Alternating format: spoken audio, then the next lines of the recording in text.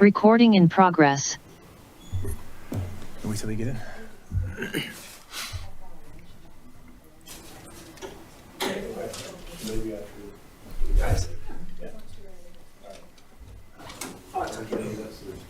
Brandon, you all set?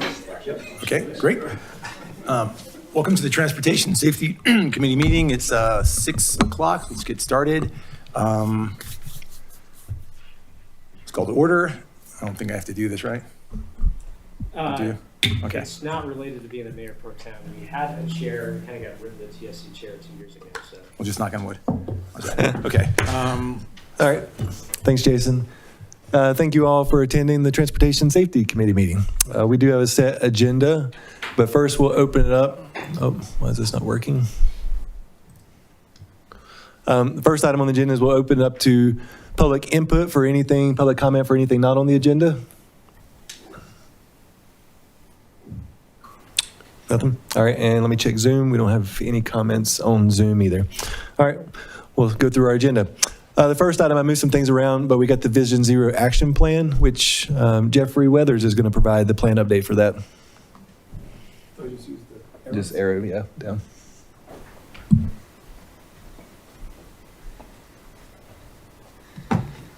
Good evening. Can you slide it back a little bit? Maybe you get out of the light. What's that? Do you want to get out of the light? Oh, it's true. You can slide the podium back a little bit. Is it ready for Vision Zero? Because this isn't my presentation. Okay, let me pull it up real quick. Okay. Some other Vision Zero.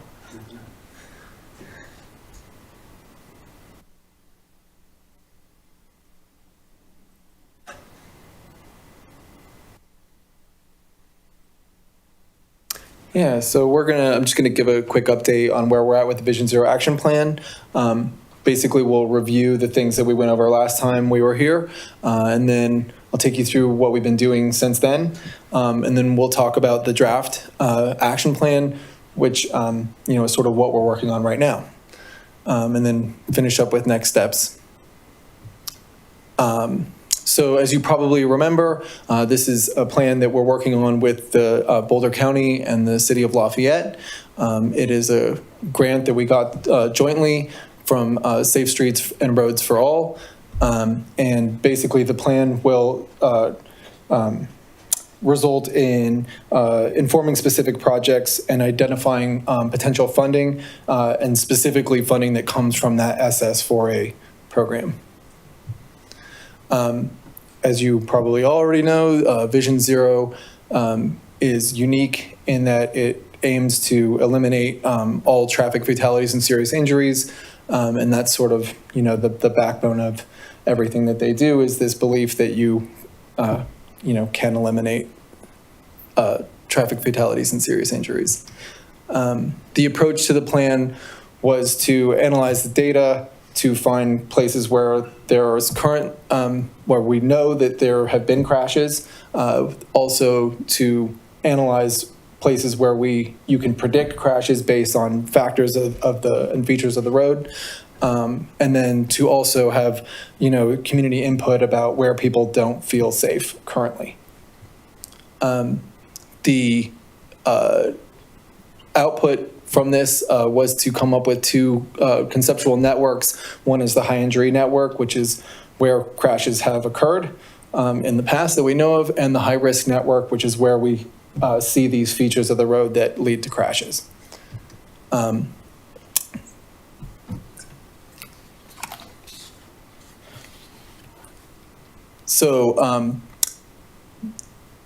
What we find is that, and this map shows, is that there basically crashes can be, the majority of crashes all happen at certain intersections and segments. So if you focus your attention on those particular segments and intersections, you can effectively address a lot of the major places where there's fatalities and major injuries. So that's the high risk network, which is segments. And that one was the high injury network, which is focused on these specific intersections. And then lastly, we looked at places where the road type and and the crossing are out of alignment as far as, identifying deficiencies with crossing treatments. Jeffrey, if you go back to slide 8, Yep. when we move this thing forward, one more slide back, sorry, my numbers are different. When we move this forward, can we distinguish, because I think we think about injuries, and they're not all the same, right? There's vehicle on vehicle that creates an injury, there's vehicle on pedestrian or bike. I'd like to make sure that we color code those appropriately as we roll this thing forward. So, if there's incidences where more pedestrians or bikers are getting hit than just car on car, that we at least, are aware or cognizant of that here. Yes. At least within these intersections, and then the accident data, there's at least a couple of intersections. Sycamore and Marshall has had 2 bike accidents, and that wouldn't necessarily show up here when it's all color coded the same way. Yeah. But as we think about that, I just want to make sure that we flag the non-vehicle related injuries. That sounds good. We can do that. Perfect. Okay, so what we've been doing since we last met, it's been mainly outreach, phase 2, which included the Winter Festival, where we actually got feedback from over 125, residents and other road users. We also did some online videos which explain, sort of what Vision Zero is, what the plan is going to do, and then gave some examples of certain treatments that we are proposing, and got feedback on the online survey. The survey got 89 responses, and it basically looked like this, where we gave examples of these countermeasures, as they call them, and got people's responses, whether they're supportive or somewhat supportive or not supportive. And it's largely to assess, if we were to implement these kinds of treatments, would we need to do further education, or do people already get it? So obviously some things like the red light and speed cameras need a little bit more attention than some of the other ones. But we basically saw support for most of these. They're fairly intuitive, most of these treatments. And then we also, just asked people about how they would prioritize the measures in the plan, and we got some feedback there. In the end, we came down with these 3 categories of interventions, basically town-wide systemic recommendations that address things that happen at many intersections, location-specific projects, and then like a more general toolbox of just measures we can take now or in the future, wherever we find that we're having problems.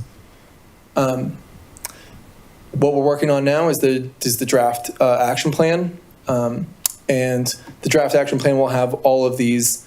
We'll address all of these subjects, but basically, the draft will focus on the toolbox and the action plan itself. The countermeasure toolbox, as I was saying, is countermeasures that can be used broadly. It's sort of like countermeasures that are widely accepted by engineers as being useful. So it's just things that we can organize in a certain fashion, but just things that we have in our toolbox. The action plan itself was broken down into these two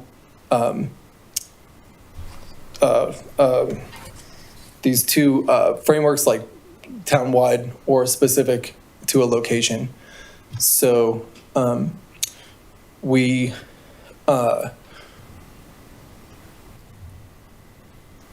have these 2 kinds of, here I'm going to read through this part because it's a little bit more technical. So we prioritized these 2 sets of actions into tiers for strategic implementation. The prioritization factors differed slightly between the town-wide and the location-specific projects, but generally focused on prioritizing recommendations that will have the greatest impact on reducing serious injury and fatal crashes and improving safety and comfort for walking and biking. This is what the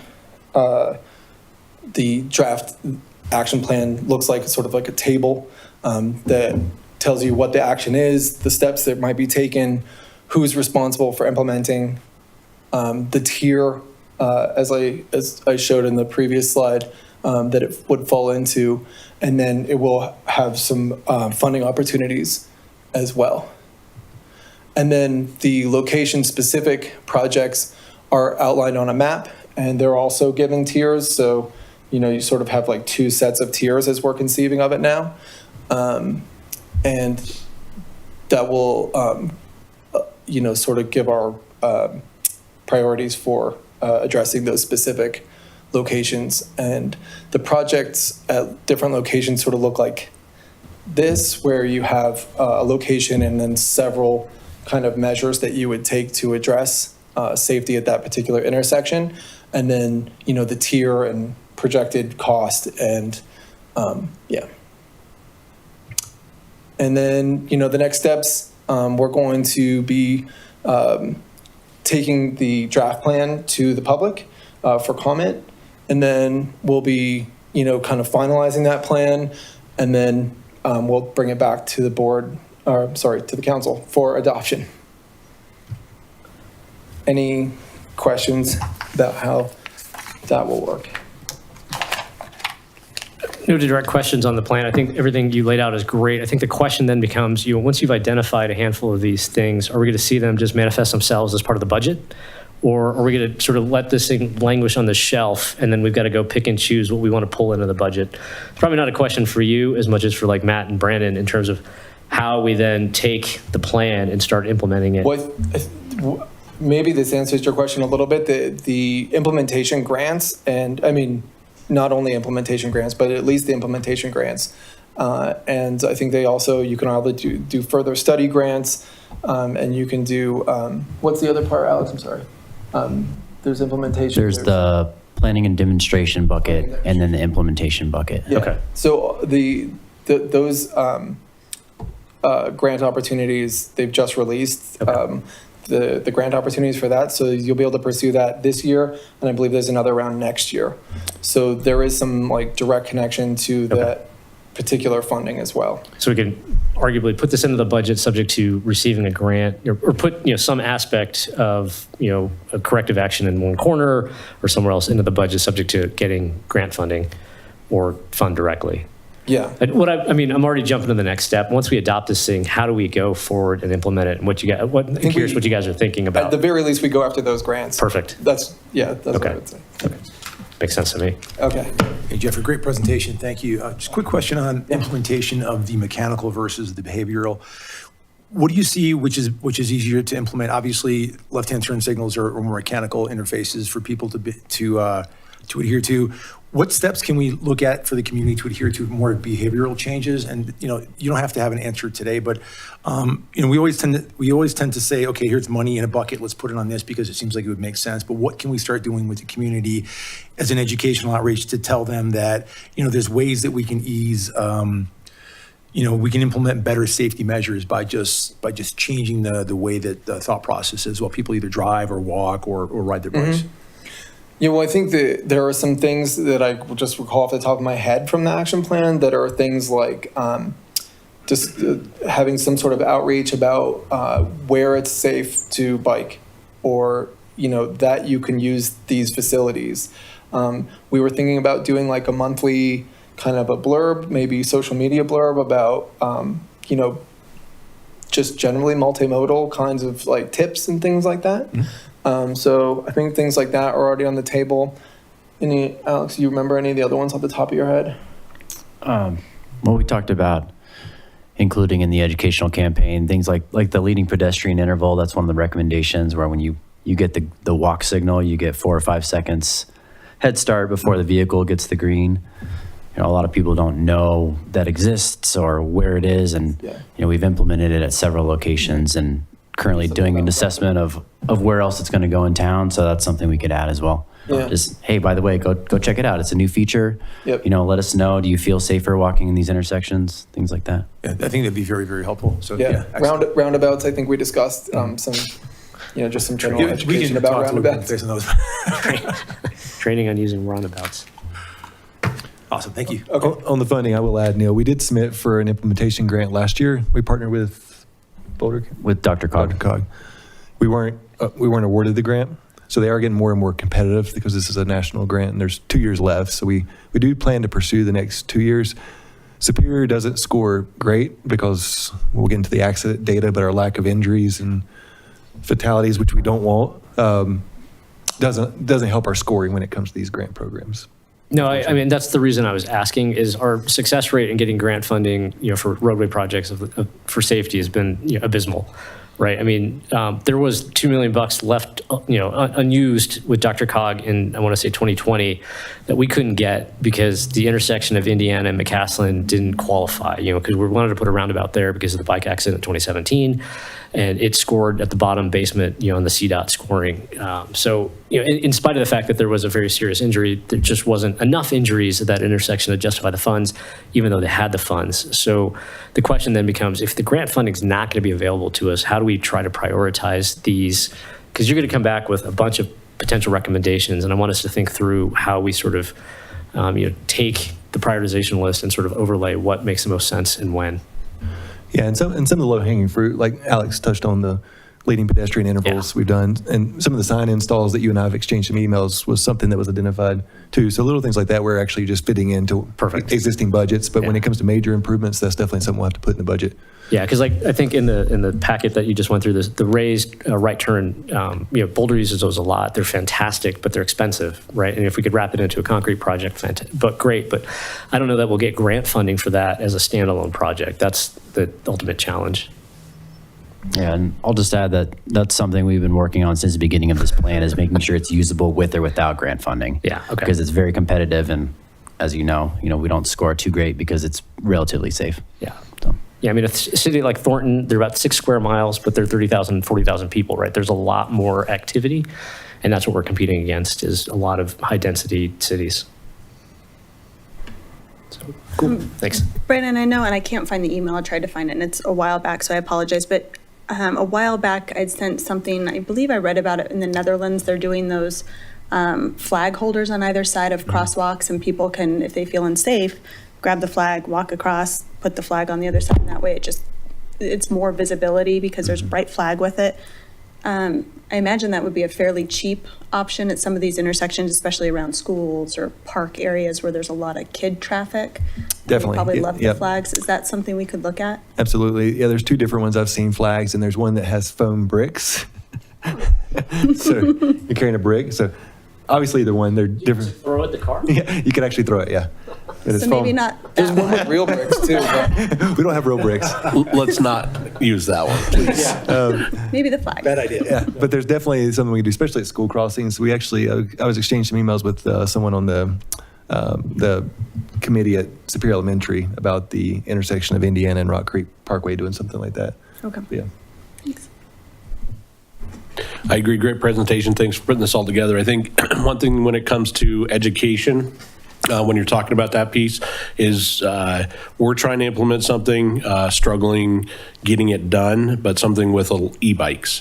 With the e-bikes that are on the road, how fast they're going, what is allowed, what is considered an e-bike. We've got a couple people that are riding what they think is an e-bike, which is actually a motorized vehicle, even though it's electric, because it has no pedals. And so education around that and kid safety when it comes to the e-bike stuff. So as you're thinking about educational material, that would be great. Good. okay. Thanks very much. Great. Thanks, Jeffrey. All right, the next item on the agenda is to go over both the transportation safety work we completed last year in our 25 budget, and then we're going to look at the accident data across Superior. So some project updates. Last year, accomplished a few things. Rock Creek Parkway was a big one. It didn't come directly out of our transportation and safety budget. It came out of our capital improvement project, but restriping. We also put enhanced bike lanes on Rock Creek Parkway and improved pedestrian crossings. Sycamore and 4th Avenue, we added a RRFB signage at that intersection, which I've gotten a lot of positive feedback about that crossing and how it's improved the safety at that intersection. Rock Creek Circle and Castle Peak, we installed the pedestrian crossing signs in the road. We also put those in off of Rock Creek Circle at Yarrow. Okay, yeah, Rock Creek Circle at East and West Yarrow, and then we put them at Castle Peak Avenue due to a traffic calming application. And then traffic signals, I'll let AB talk a little bit about our traffic signal improvements we did last year. Sure. Yeah. So we just completed the last of the backplate, retroreflective backplates in town. So those are all done. We installed those APS audible buttons at Rock Creek, Indiana, Rock Creek and Colton. So you press the button, it tells you the street you're crossing, tells you the direction. We're looking at adding some more of those through the Dr. Cog RTO program. We were awarded that funding, feels like years ago, but that's starting to come around. And then we added the LPI, and then at those two intersections as well. And then now we're doing a study of where else we want to add those LPIs. And then we added, Rock Creek and Colton got hit by lightning. So it was a great opportunity to upgrade the detection there. And now we have bike detection.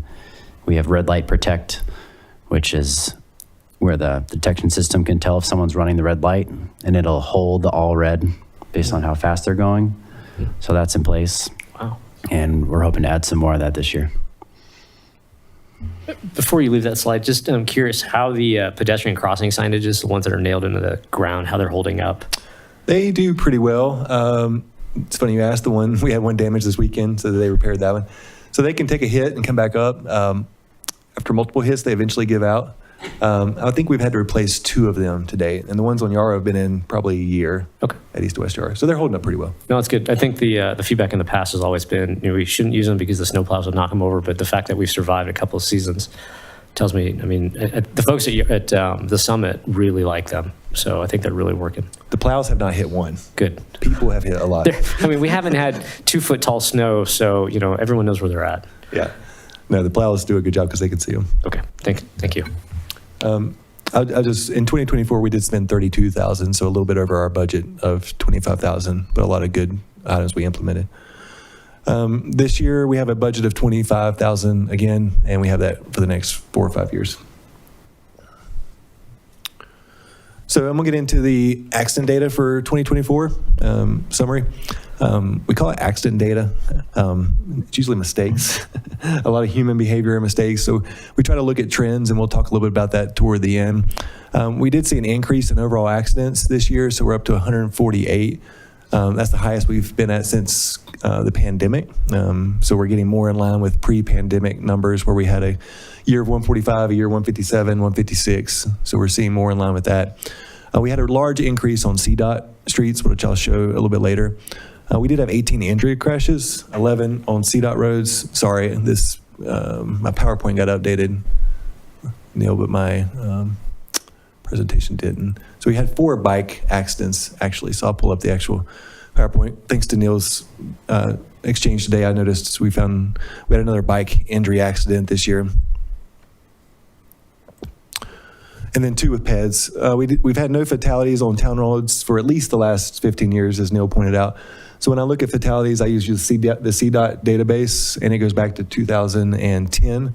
There's not been any fatalities in Superior outside. There was 2 on Highway 128 in 2016 and 17, but none in Superior. And actually, we don't recall when the last one in Superior is. So that's an action item. I'll work with Boulder County Sheriff and see if we can't get some historic data on that.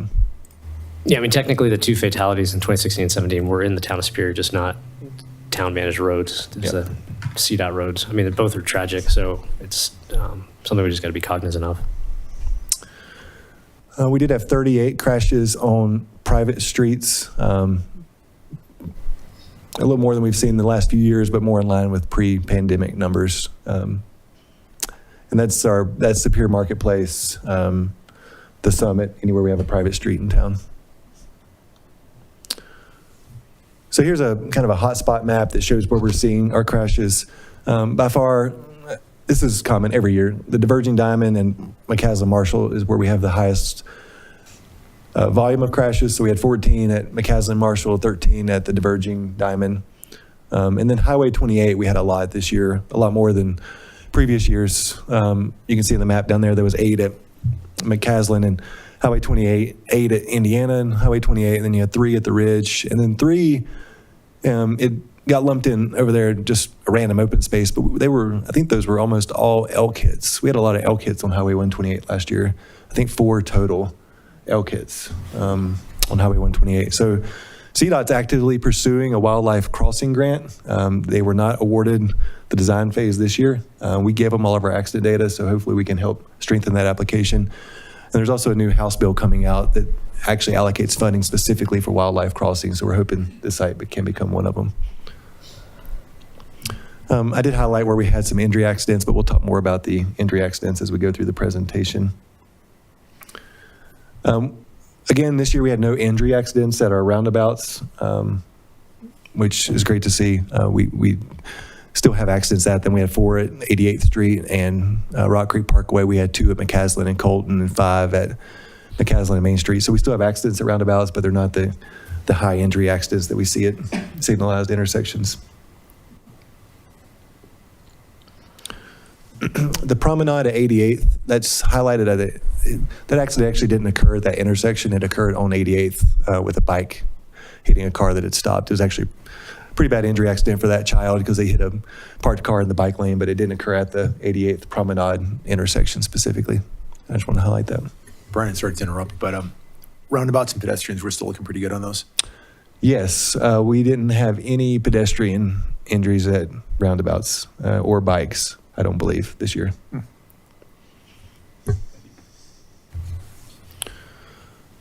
Looking at the crashes on CDOT, so we did have 61 crashes occur on CDOT roads in 2024. That was by far the most we had seen in recent history.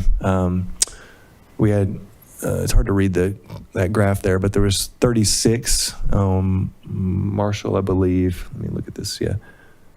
36 on Marshall. US 36 interchange had 13, and then it was at 22 on Highway 128. So 61 total crashes on CDOT roads. 11 of our 18 injury accidents occurred on CDOT roads. 6 of those were on Highway 128, and we had 3 at Marshall and Sycamore. Some of those accidents at Marshall and Sycamore, I'll get to this a little bit later, but that's why we we got rid of the flashing left turn there. So that's something we worked on with Boulder County Sheriff and Alex, implemented early in the year, because we had 2 left turn crashes at that intersection early in the year. So we made that change. And I don't believe we had any left turn accidents following that, but I had to check the data. On the Highway 128 crashes, we are trying to work with CDOT. We noticed several crashes. There appears to be a lot occurring around Sunset, so visibility on that road gets really bad heading west.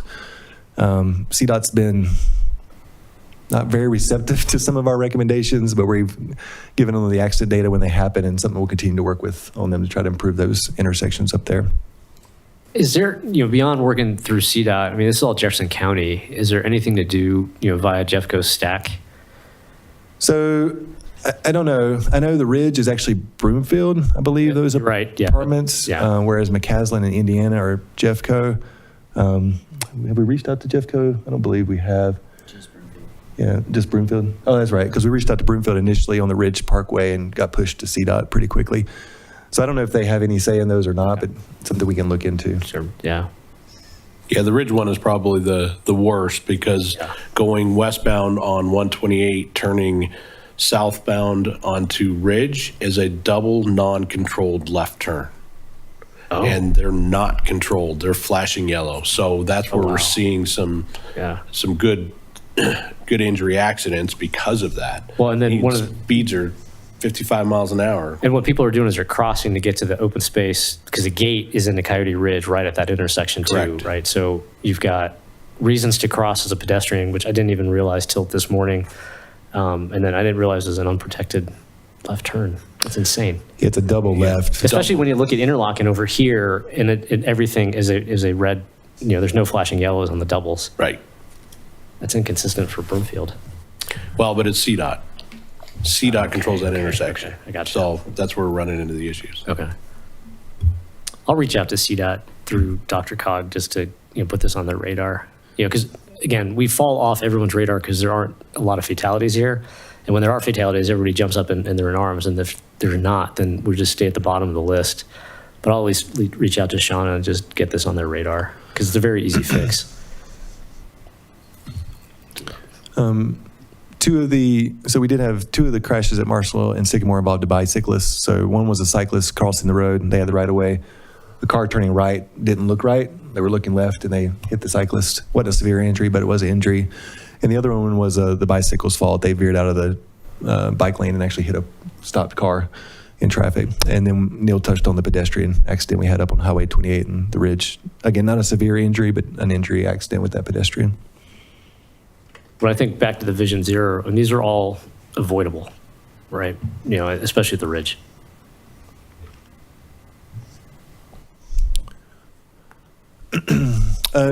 I'll go through each of the injury accidents we had in town, on town control roads. So Colton Road at Tyler, we had a driver that had a medical issue, a single car accident. Fifth Avenue in Sycamore, actually a pedestrian's hand was hit. The vehicle was never identified in that one. It wasn't a severe injury, but they did have an injury to their hand, and they were in the crosswalk. 88th Street, a cyclist hit a stopped car in the bike lane, which I touched on earlier. 3600 McCaslin, driver distracted by an insect, crossed the yellow line. South Pitkin, we had a single car that lost control. Markle, we had a cyclist that didn't see a mail truck. And then Coal Creek at Akron, we had a car that was associated with snow ice conditions at that intersection. Next steps, so what do we do with this data? So we actually, I've talked to all the other public works directors. We're the only municipality that gets every one of these accident reports when they happen. So thanks to Boulder County Sheriff for providing that data. And staff does review every accident report that comes in. So we always look at each one. Hence some of the changes that Alex made earlier this year at Marshall and Sycamore. We do look for patterns, the things we can improve. One thing we are working on is with Highway 128 and CDOT, which we touched on, but we also look for other trends in these accidents to see if there's something we can improve. And that's where we put in the leading pedestrian interval. We did that at Colton Road in Indiana following a pedestrian incident at that intersection as well. We put the LPI at that intersection. So those are things we do with the accident data that we get it. And luckily we get it real time. And working with CDOT on Highway 128, they admitted that they don't have any accidents since 2022. So they're 2-3 years behind on their accident data. So trying to give them real time data is definitely helpful. That's it for crash and accident data. Any questions or comments? Brennan, I know at a recent board meeting, we had talked about potentially in the roundabouts having, if somebody's crossing right now, there's flashing lights at that crosswalk, but not necessarily all the way around. So if you're at the beginning of the roundabout and it's happening on the back end, you might not know. Would it make sense to have all of them flashing? Can you sync those, or is that bad where if somebody sees that there's nobody in that first crosswalk, they speed up and don't necessarily pay attention? I mean, I can see both sides, but would that help? It's a good question. We can sync them. We did that at Pitkin and Rock Creek Parkway. Let us look into that. I know it came up when we were looking at the 88th Street, talking about the Rock Creek Parkway improvements. Let me bounce that off some of the traffic engineers to get their thoughts too. I haven't seen it at a roundabout, but I think it makes sense. I don't know if you have any thoughts, Alex, but I could see some benefit to that. Yeah. Brandon, back to Highway 128. I mean, there's a huge spike, and I get that there's some outcrossing. Is it just like, obviously there's a huge dip because of the pandemic, and I'm just worried about going forward if we're looking at CDOT as a lagging, and they're throwing up their hands. What's around the corner? How bad is this going to get? You know, if we've got growth in the Ridge on Broomfield, and CDOT is not actively doing anything here, at some point this is going to get much worse than it already is. It's a good question. So unfortunately, the town has very limited things we can implement on Highway 128. We don't even control those signals like we do on Marshall. That's something we could talk to CDOT about. Unfortunately, when we take over those signals, we get about 25% of the actual cost to maintain the signals, and the town spends the rest.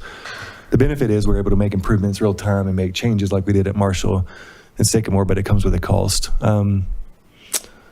So I think it's just something we're going to have to continue to monitor. I mean, we have seen spikes in certain years on certain roads, and then the next year there'll be zero at that intersection, because a lot of it's human behavior and a lot of it can be conditional.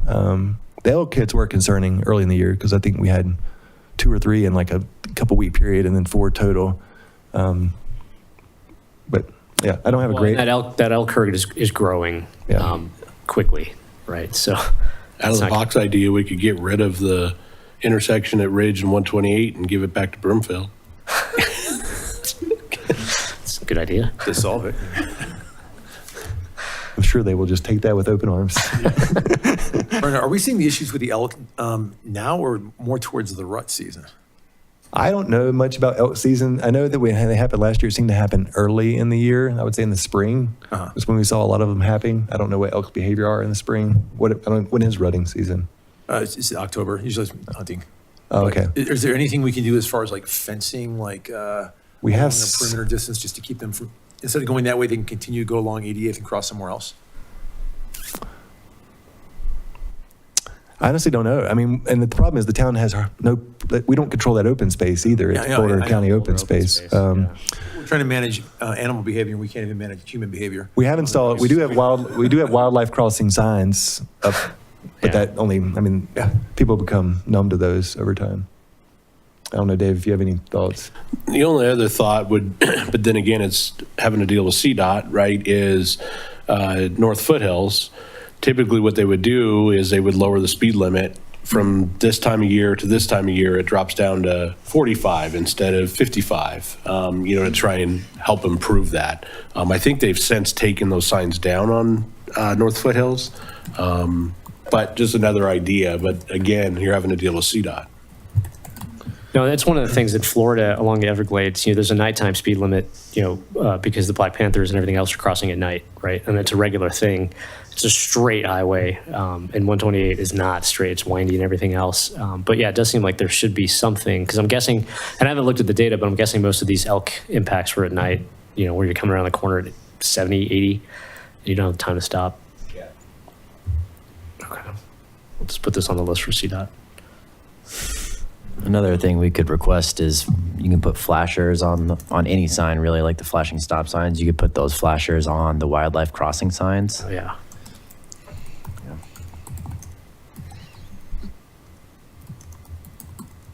Especially since they've been trying to get the Animal Crossing tunnel, in the interim until that gets funded. There's other things that we can do. They should be receptive to that. Cool. Thanks for entertaining. I'm just worried about this number growing, and it is, town of Superior, but we have no ability to influence it.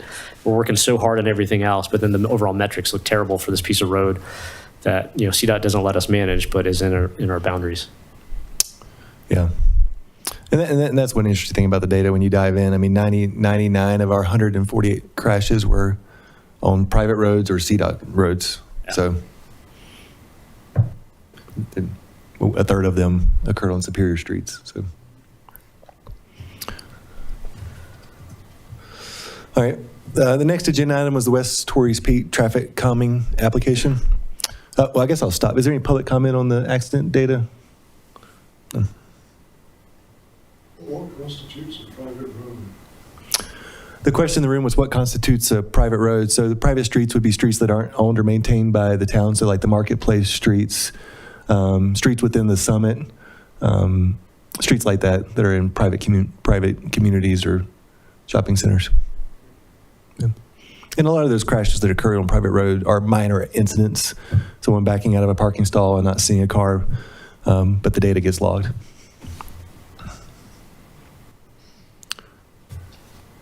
And now we did have someone join on Zoom. If you'd like to make a public comment on Zoom, just please raise your hand and we'll recognize you. All right, the next item on the agenda was the West Torreys Peak traffic calming application. So we did get an application in October of last year, signed by 9 households. The concern was speeding on West Torreys Peak near Micah Court. So I highlighted there with the little push button, the location in question. We did review the application with the Transportation Safety Committee in October during our last meeting and decided to take it to public meeting.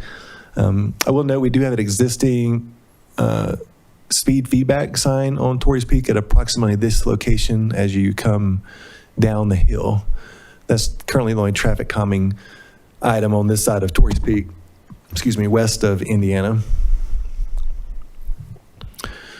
Looking at the data, we did pull data in late last year, I believe it was in November, So the average speed was 22 miles per hour. The average speed going down the hill. So if you head east, you are going down the hill at Torrey's Peak. Headed west, you're going uphill. So not surprising, we do see a faster average speed, a faster 85th percent speed going down the hill. Overall, the 85th percent speed was 26 miles per hour. The 95th percent speed was 28. But we had a 85th percent speed going down the hill of 28 miles per hour.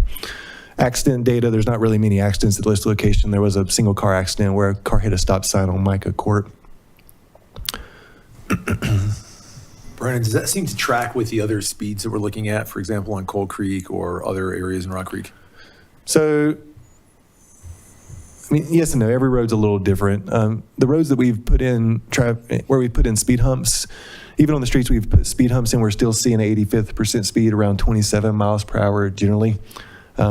I did look at some of the old data, like Yarrow had a pretty high 85th percent speed going down the hill of 30, and the speed humps helped reduce that to about 27.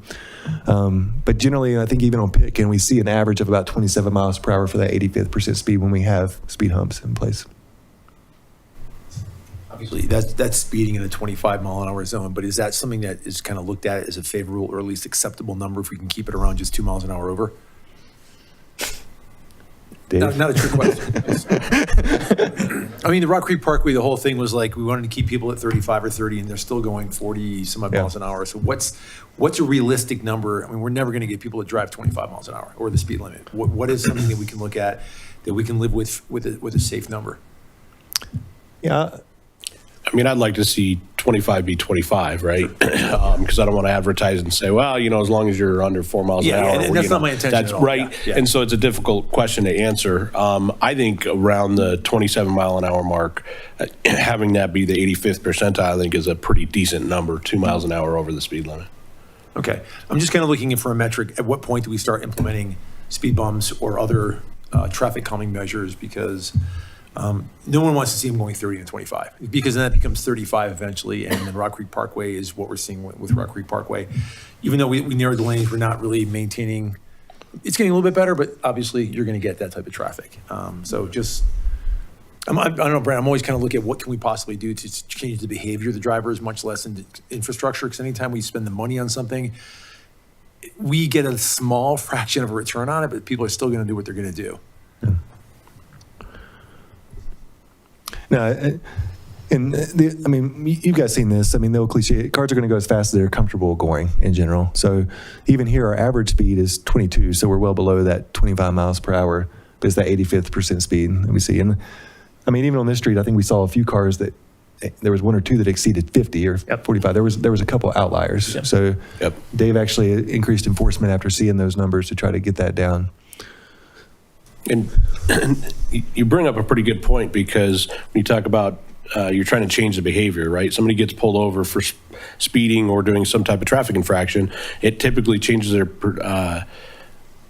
driving habits for 4 months after that, whether they got a ticket or not. And so that changes the behavior. And it makes me start to think about, when we increase traffic enforcement, right, it slows people down in that area because they know that, they're probably going to be out there. I saw them out there yesterday and the day before, and that's changing their behavior. As we're looking at improving or having to do substantial money towards, putting speed humps or changing the roads or things like that, simple traffic enforcement, if we funded traffic enforcement over the road, you're then changing the behavior instead of the mechanics of the road. Yeah. So just something to think about.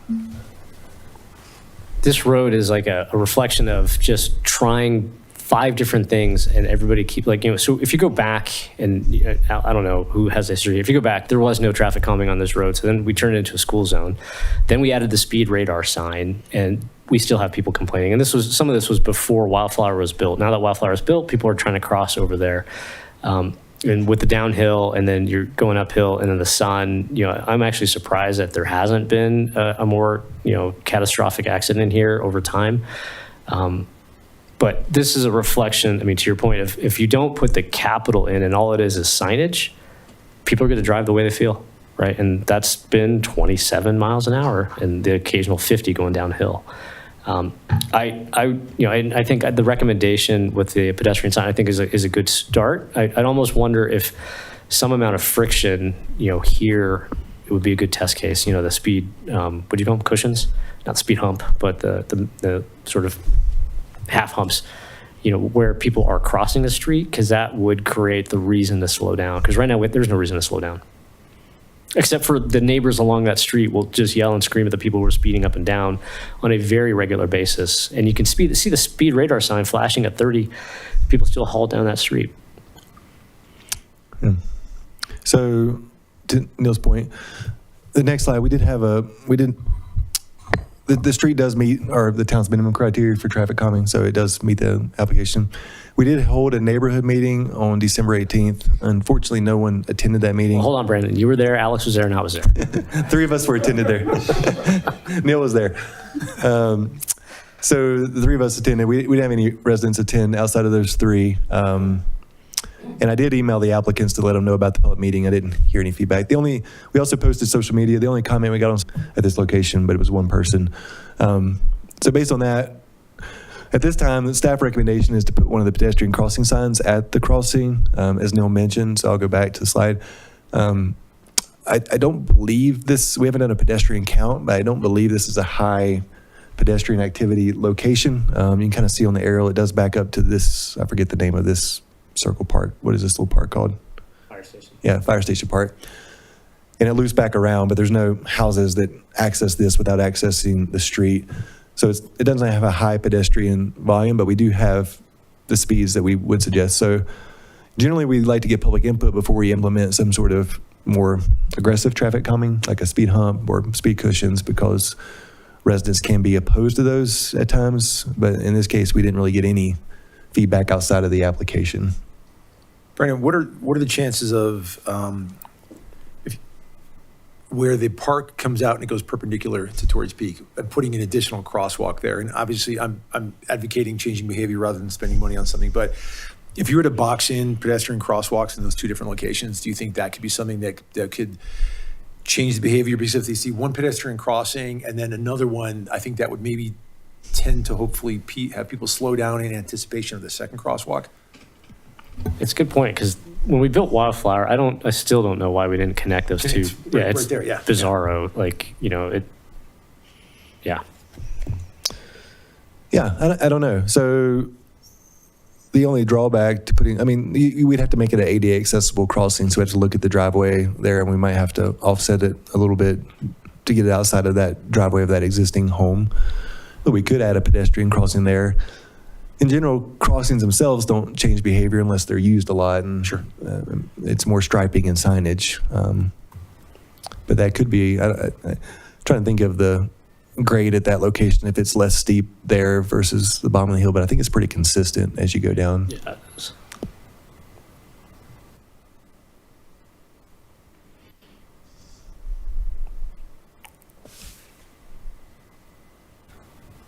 Yeah, I think the reason why there wasn't one there, because it is basically right across from 3091, like that, the Wildflower, I don't know where my pointer is, that little cutout from Wildflower, it is straight across from, I forgot who lives there, but, from their house.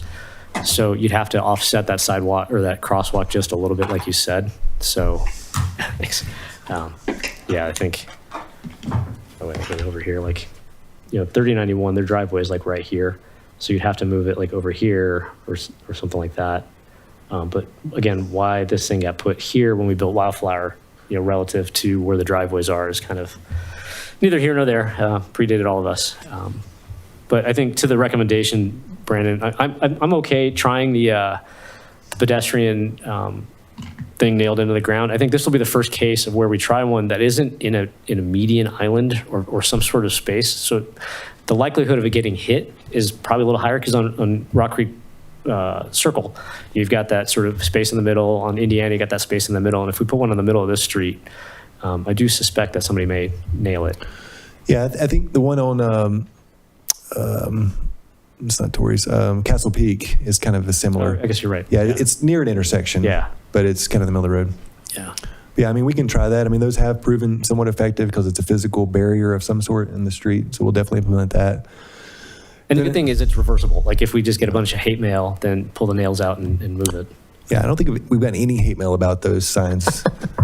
Well, we did get one about Castle Peak because it felt like it blocked his driveway. So we'll need to look at that. But if we put it on the kind of eastern side, we don't have to worry about blocking driveways or anything like that. But that's definitely something we could do.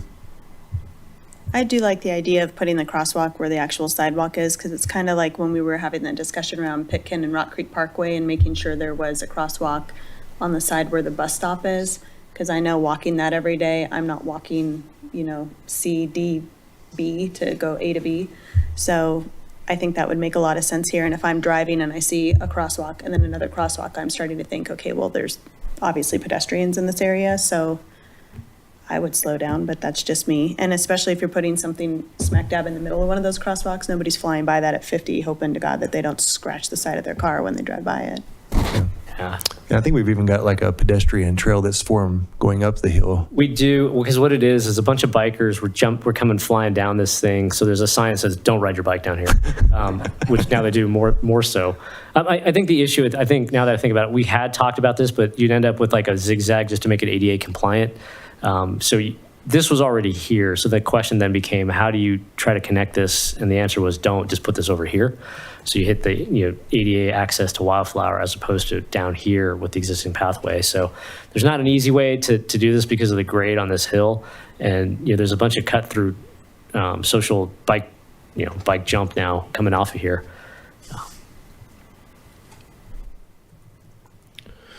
Yeah, so we can definitely look at making that a crossing at that location. We would have to make it ADA compliant, so it affect both sides of the street. But I mean, that's something we could do. It's a great idea because if you just get rid of this crosswalk here and you put one over here, it sort of does improve everything because it gets you further away from the intersection, more visibility here than down there, longer term. But I mean, again, it's going to take talking to all these neighbors, make sure that they want it there. Yeah. That sounds good. So we'll take that action. We'll put the pedestrian crossing sign at the existing location. We'll kind of look at the feasibility of making that an ADA compliant crossing and bring that back to a future meeting. And we can talk to those two residents that would be most affected by that because it'd be in between their two driveways. Yeah, we can take that action.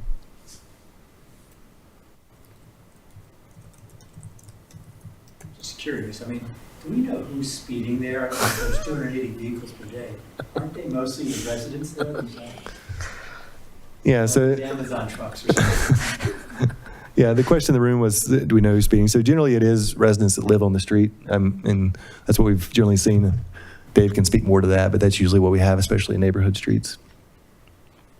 There's some way to then use peer pressure, somehow identify those, and then, or let the neighborhood know we're going to start looking to see who's doing. It's a good segue to an upcoming agenda item about speed cameras that we have, because that can help. Enforcement's difficult. Like Dave mentioned, it changes behavior short term, even for those that get tickets, not long term. Yeah. All right. The next item on the agenda, we added Sycamore Street. So we have a project upcoming to resurface Sycamore Street, 76th Street, and the Sagamore subdivision. We actually got bids in today. I'm happy to say the bids came in under budget. So we'll be bringing that to council on April 14th, I think is the next meeting. As part of that, Neil mentioned adding a discussion item about pedestrian safety on Sycamore Street and looking at that. So I'll open this up to a general discussion. When we did the Sycamore project, we looked at possibly, it might help if I'll work on bringing up an aerial while I speak. Can you go grab me that keyboard? So when we looked at Sycamore during this repaving project, we looked at striping. So we are making some striping changes to improve safety, specifically on 76th Street. Thank you. Sycamore Street was a little bit more difficult. I'm going to get an image up here if I can find the internet.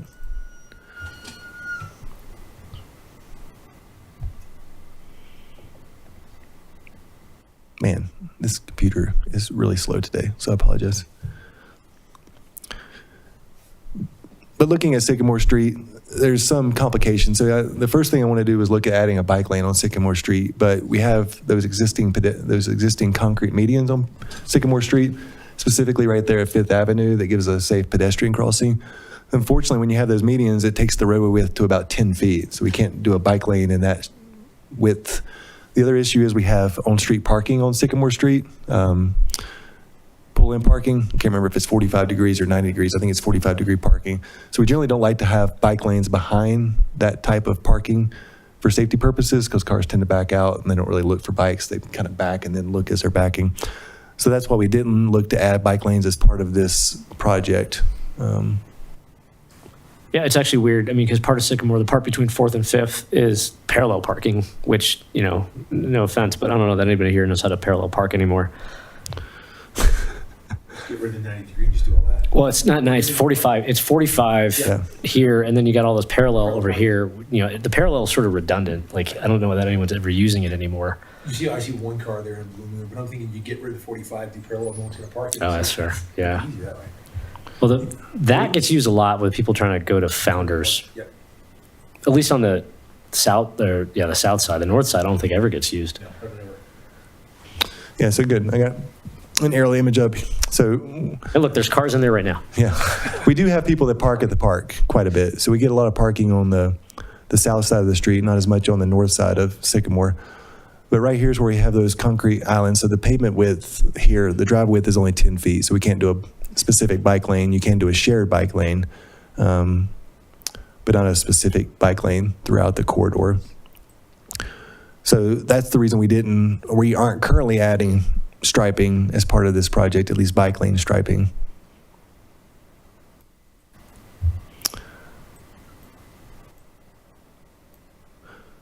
We did add the RRFB crossing at this location. That will remain. But that's the one enhancement we've done, and we currently have our RRFB crossing at this location as well.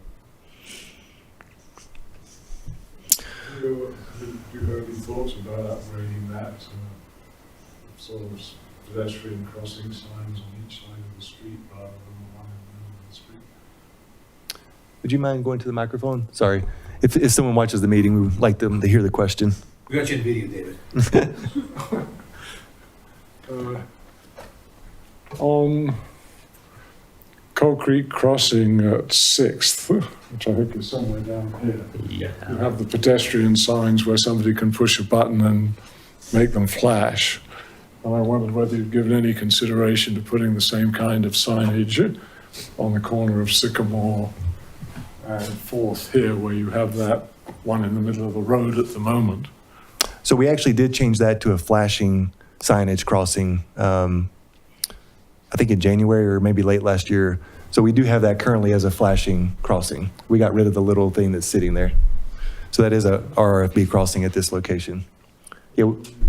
Yeah, we did it January. I haven't crossed that in a while. Yeah, so if you haven't seen it, it hasn't been too long ago, but we did put that in about couple months ago, 2 or 3 months ago. Hey, Brian, can I ask, actually, let me ask you, gentlemen, because you guys live in Coal Creek Crossing. If you come out at 6th and you go, when you guys go to the, to Whole Foods, thanks, yeah. Would you guys ever consider coming just across the park to go? Is that how you guys walk, or do you guys actually come down and do this? Oh, I mean, if I'm walking. If you're walking, yeah, for example. We go straight across. You go straight across. Do you guys see a potential for doing the same thing here with pedestrian crossing? I think there is a. Yeah, we have an RRFB crossing at that RRFB, location. okay. Yeah. So the only place we don't have one is here then, right? Because it's not really needed. That's not a designated crossing, I don't believe. Oh, yeah, it is. We don't have one. There's nothing there. Yeah, we don't have one there, and we don't have one at 76th. 76 to stop signs each way, so. Yes, That's exactly. the way I would usually walk if I go to Target. We did pull speed data. Sorry, I was pulling that up. So we did pull speed data on Sycamore Street. I believe it was in November or December last year. So the average speed on Sycamore Street was 26 miles per hour. The 85th percent speed was 30 miles per hour. The speed limit on that road is 30 currently. It's the condition of the road has been holding. Yes, that is partially true. Speed holes. Yeah. Yeah, and our 10 mile per hour pace was 22 to 32. So most cars are going below the speed limit of 30, roughly. And that's exactly the reason why I wanted to have this conversation, because once this thing is paved smooth, we're going to see those speeds go back up. And that's my concern, is like we're trying to increase, encourage people to walk to the marketplace and everything else. And you guys have probably all heard me, RFBs are nice, but, I'll send you the text exchange. I nearly got ran over at the roundabout, and the person recognizing me, she sent, all this apologies and everything else, but, she still nearly ran me over. But the point being is the RFBs are great, but if you're not looking in the right direction at the right time, you might miss it. So like, can we do a raised pedestrian crossing at some of these intersections, or what are the things that we may have, in our toolbox if we're doing a repaving already? Because the speeds are going to go back to, what they used to be, 27, 28, as opposed to the sort of naturally slower right now. We can do anything. Yeah, It's definitely a lot easier to do it now than like after the fact. But since since we did push off paving this street for, I think, 3 years, and we're finally going to do it, the question then becomes like, what do we do to make this a better and safer street? And I think to Jason's point, we've got parking that's not being used. What do we do about the parking, or how do we, what can we do here also to add some more of that friction and improve that pedestrian safety? Because we want everybody from OT and Coal Creek Crossing and Sagamore to feel they can cross the street freely and safely. yeah. And RFPs are great, but if we got 4 of them along this street, they're going to start losing their impact over time. Yeah, and then we currently have the kind of pedestrian refuge right here on this crossing. And the colored concrete, definitely doesn't hurt. Yeah. I mean, the answer is yes. We could do a raised crossing, and it would slow speeds down at that specific location. Yeah. But, I think to your point, I think I've heard it, raised crossings are not great because first responders have to slow down. I don't know that this road would get used a lot if you're responding to an emergency, but if it is, then maybe we don't want to raise crossing here because we don't want to slow down a fire engine or ambulance for any reason. But if there's another thing that we could do that can help to improve safety, add the friction, I'm all ears. Another thing to consider with this road is this ends up being a freight delivery route. Costco and Target, very large vehicles coming down it, they might have trouble with the raised crossings. That could be a good thing though, if we ever want to talk to those store managers and encourage them to have their drivers go up Marshall and around to 76, which is a better route. Yeah. But then they're also trying to tell every single driver for every delivery to do that.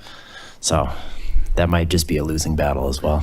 No, and Alex, that brings up a good point because I've heard that and Brandon did share the data with me, but we've heard of delivery trucks using Coal Creek instead of Marshall or Sycamore. I don't know, the data doesn't really suggest that, but anything we can do to get these heavy trucks to use the CDOT roads because they have to pay for fixing them, we're all better off. And if we add some friction to this road so that the trucks delivering to Target, Costco, Michaels have to stay on Marshall, then it's a net positive. And yeah, there'll be the pain of, now the drivers have to go around and, they're yelling and screaming or the truck's getting high centered or something. But yeah, I don't know. Yeah, and we also, we don't want to do anything that discourages anyone from using Sycamore and send them down Coal Creek or anything like that. Of course, exactly. Yeah. If we were going to do a raised crossing, I think this would definitely be the location to do it where we have that crossing right there. Kind of lines up with the park. It's also near the parking, so you'd be slowing cars down where people are parked, potentially. Would you then do away with the one at Fifth? Like to Neil's point, if there's one every 50 feet, people are going to start ignoring those because it's just, they want to get through it as quickly as they can. I'd say that one's not that necessary. If we walk to the bus stop, we'd go either at Center Route or along 4th. Yeah. The only concern with getting rid of crossings is if you get rid of them, people are still going to cross there. Our office used to be up here, so I would walk to Town Hall and I would cross here. And if that crossing wasn't there, I would still cross here because it's the straight path. Sure. And that's human behavior. We want to walk straight. So we can always get rid of crossings, but people will use it. I agree. The volume is going to be much lower there, but if someone is walking there, they're going to cross there. And there's no pedestrian flashing lights at that, No, right? not at this Okay, we'll just location. leave it like that then and just don't Yeah. amp it up at all. think one thing to be careful about when we're talking about moving trucks, I agree, we don't want to push them to another road, and now they're on Coal Creek instead of the other. The other concern with this one in particular is PetSmart's loading dock is on the Sycamore side. And so then are they going to have to go through the parking lot, and now they're stuck at that roundabout coming off 5th and Center, or you're kind of limiting them drastically because of where that loading dock is? Another idea for crossings, because I always see all these cool things in Europe and they seem to be working. And I can't remember if I sent you this or not, so I apologize if I've already sent you this. But when they painted crosswalks, they painted it in a way that made it look 3D. So it almost looked like it was like something to avoid hitting. And it was slowing cars down because as they're coming up, they're like, oh my gosh, what is that? And it takes you kind of seconds. So they're slowing down as they're crossing it. Is that effective, or is that a nightmare where people start slamming on their brakes? I heard it was effective, and I saw one last time I was over there, and I was like, oh, that's kind of cool. I like that. So I don't know if that's an idea that would be cheap and somewhat effective because it's unique and people wouldn't quite know what to do with it as they're approaching it. Yeah. I think especially around a shopping center or something like that could be effective because people get used to something, they start ignoring it, but here you have people that don't always drive in Superior, potentially. Yeah. That's definitely something we can look into. Yeah, and you get some similar effect. You know, there's the 3D crosswalks, which are super neat. Just artistic crosswalks in general, you know, add a sense of place and public art, as well as slow people down a little bit because they want to see the pretty things on the road. My only hesitation is striping in Colorado lasts about 2 years. Our weather is terrible for striping, the UV and the snow plows, but it just becomes a maintenance thing. The good news is none of it's green, so at least it's not super pricey paint. That's true. Green paint uses leprechauns. Real leprechauns. One of the things we could also think about, engaging CAPS just to do painted, crosswalk intersections, because we've talked about, well, not here, but elsewhere, there's just a bunch of artistic type stores that are popping up. Mm-hmm. So things that we can do to kind of increase the connectivity between Founders and the marketplace. All four of these intersections are big and broad, and they would make great painted areas. Even though, like you said, Brandon, the paint doesn't last because all the paint that we put on Rockery Circle lasted like 2 years, and then it was faded away. But that'd be a great way to tie into the artery, like especially these areas that are along the artery. Yeah. Make those crosswalks murals that people can walk across. Yeah, Street billboards. You can Yeah. start marketing it. that's right. There you go. There were some in Singapore that were these really cool like keyboards, and people were stopping, taking. I mean, you probably don't want people in the middle of the road taking pictures, but people loved it. And again, just black and white, so that'd be kind of cool. So we will be bringing this contract to the board April 14th, so we could definitely talk about it some then as well. I'll pull some pricing on what a raised pad crossing would cost. I'd probably guess we'd be in the $40,000 range. But yeah, that's something we could talk about at that meeting as well. And I don't know when the next CAPS meeting is, but I can engage. It's not for like 4 weeks. Oh, They just okay. had one last Thursday. Yeah, so I can engage Leslie and Jess, see if we can get some input from CAPS as well. And I don't think the juice is worth the squeeze to make a bike lane there and get rid of the 10-foot lanes, because that really slows people down having that protected. So I just want to give my 2 cents on that. Yeah, absolutely. I would not get rid of that Yeah, agreed. median. Okay. That podium is not in a good spot.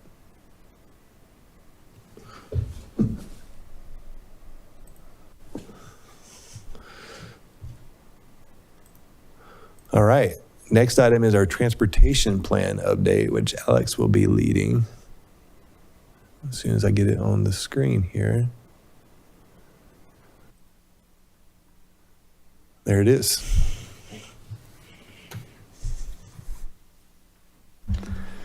Alrighty, so similar to the Vision Zero action plan, this is an update on our transportation plan. We gave an overview last fall, so we'll talk a little bit about where we were and what we've been working on, and then the next steps for the transportation plan update.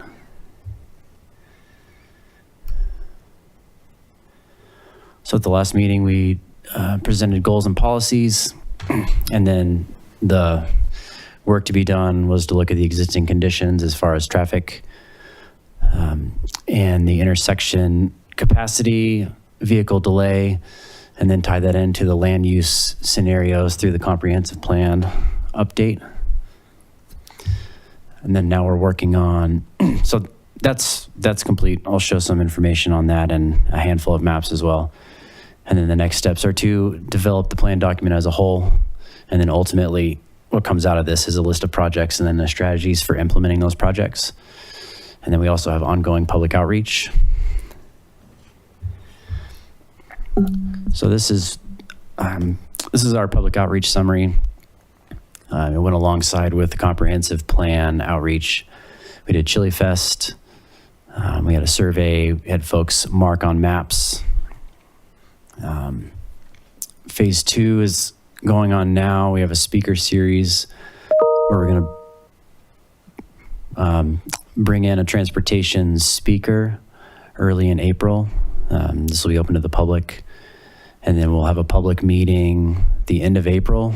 And specifically, we're looking for input on our gaps analysis and our needs analysis in our various transportation network layers. And then also looking for input on our plan recommendation, on our draft plan recommendations. And I'll show some of this in later slides as well. This is an overview of our schedule. We're right on schedule here at the end of March, beginning of April. And looking at our existing conditions, so this probably won't come as any surprise to folks here, but most people that live here don't work in town, and most people that work in Superior don't live here. So we have this, bedroom community aspect to our town. We asked folks, that work in Superior, how they get to work in Superior. And then we compared that to regional data with some neighboring jurisdictions. And in Superior, by far the most common way of getting to work is single occupancy vehicle trip, followed by folks working from home and not traveling. And then our third most used method for getting to work is carpooling. And this is relatively comparable to our neighboring communities, but you can dive into some of that data if you like. And so what does this mean for Superior? It means we need to take a look at opportunities for transportation. We need to look at barriers, specifically for our senior communities, to be able to remain in town as they age. We want to support our families at their various life stages and get a better handle on current and future needs of this demographic for our transportation network.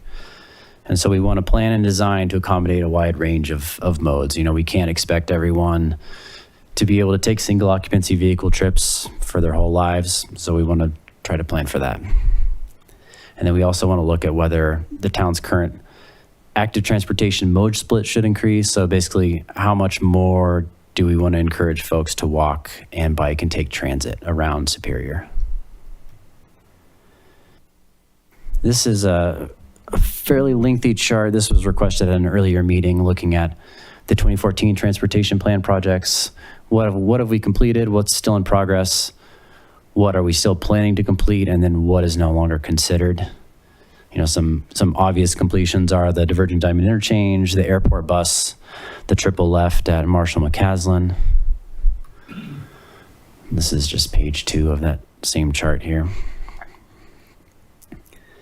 So we kind of want to step back and take a bird's eye view at, what does the transportation system do and what are all the different layers of that system?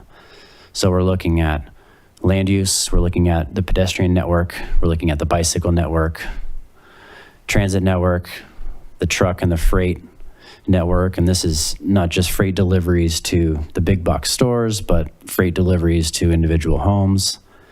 And then of course the automobile network. And we also want to consider our vulnerable road users, our seniors, our new drivers, folks with medical conditions, et cetera, because they do have different types of risk that they face in our system.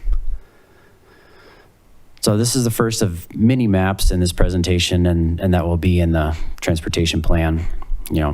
obviously we're looking at the town of Superior. We're also considering neighboring jurisdictions with Boulder County and Jefferson County, and then considering CDOT roadways.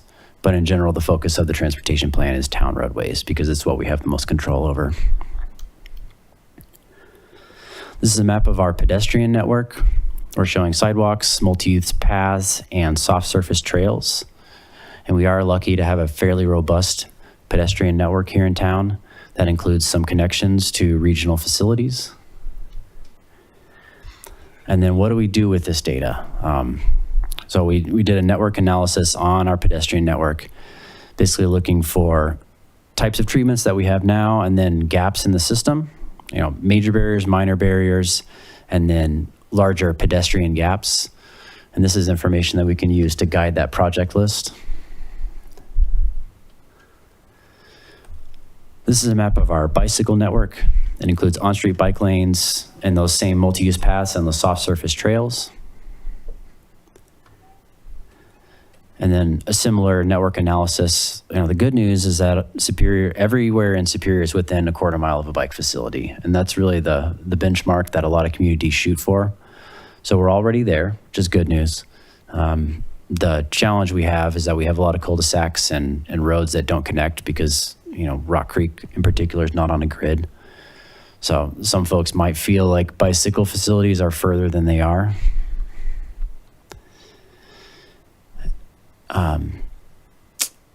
So this is our gaps analysis. We're showing in red the major destinations within Superior and the various types of crossings we have, whether it's just a basic at-grade crossing or enhanced with RFBs and other types of treatments, and then grade-separated crossings.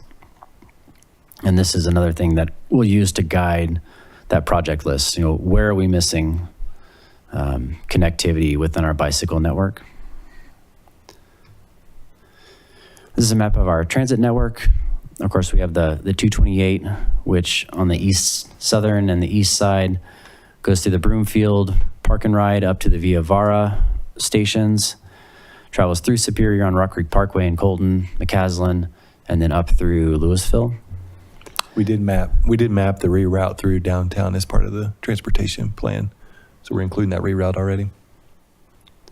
Yeah, so that's going into effect here in the summer. I think May 4th is the day. So yeah. So we just did the concrete improvements last week. We got to do the striping still, and then RTD will inspect it, and it'll go into effect in May. Yeah, so this reroute will take the 228 down Marshall Road in downtown Superior, right next to the apartment buildings. Hopefully get some more ridership there.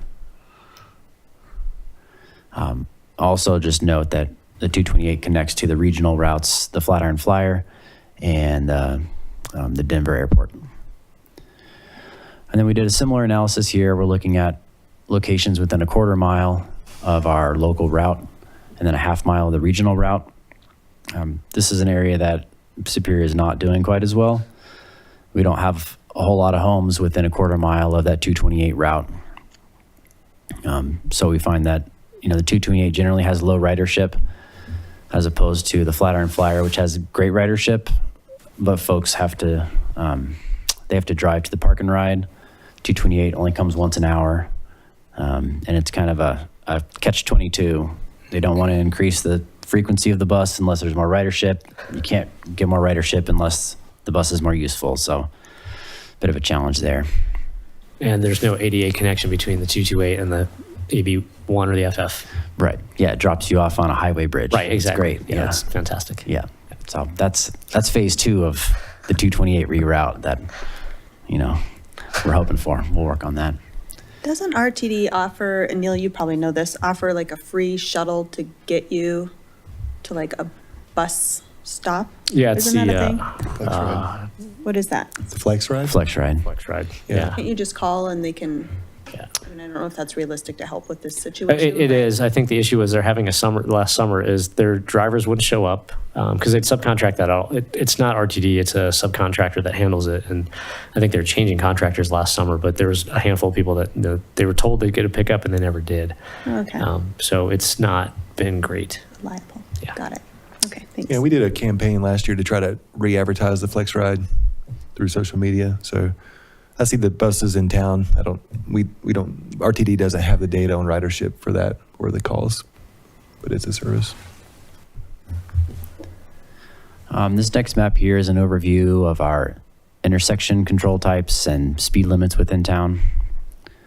We're looking at our roundabouts and our signalized intersections, as well as our speed limits on various corridors. And then this is our classification map. We're looking at the classification of the roadways as far as locals having the least amount of traffic, collectors having the next most, and then arterials having the most traffic. And then the colored dots show the ADTs, the average daily traffic, for 60 or 70 locations in town. This data was collected in the fall of last year.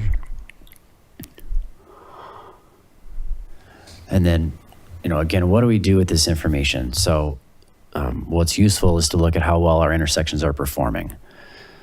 So this map shows the maximum delay that was observed at each of these intersections.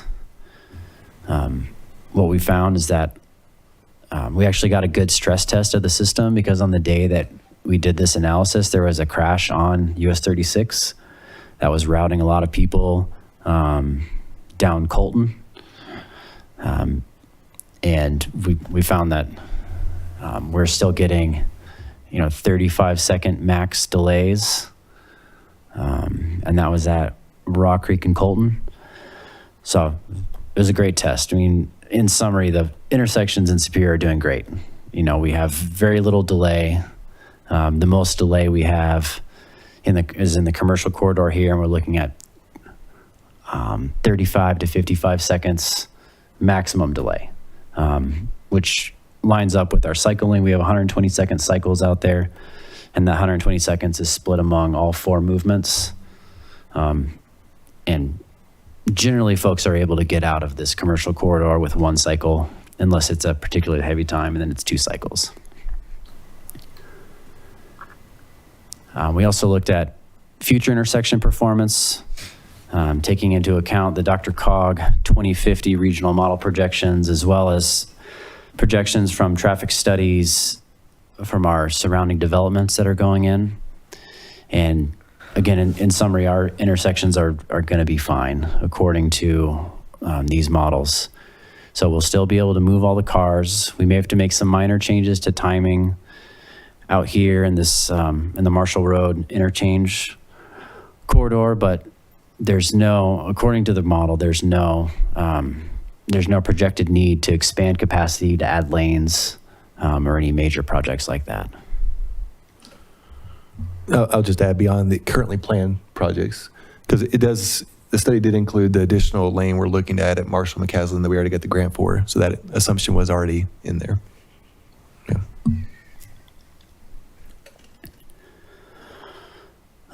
This is just another note on this future, on the projections. So they looked at the highest possible use of the marketplace, if the marketplace was redeveloped with some higher density residential transit-oriented development, as well as transit-oriented development on 76th Street, which is generally high-density residential. This is the justification for maybe doing some timing changes on Marshall Road. But that's assuming the highest growth potential. There was a recommendation as downtown gets built out, and then Red Tail Ridge as well off of 88th Street, that we consider adding a left turn lane on 88th Street to get onto Promenade.